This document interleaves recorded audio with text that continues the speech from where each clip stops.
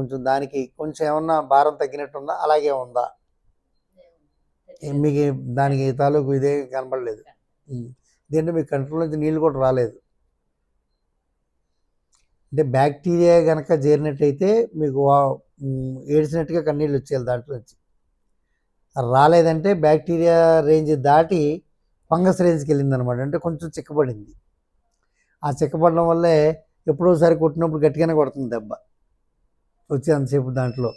మరి ఆ డ్రాప్స్ వేసుకుంటున్నారు కదా, మీరు పొద్దున సాయంకాలం కూడా వేసుకోవాలి ప్రతిరోజు. ఈ కంట్లోకేమో 2-3 వేసుకోవాలి. రెండో కంట్లో కూడా డ్రైగా వదిలేయకూడదమ్మా. అందులో కూడా 1-2 వేసుకోవాలి.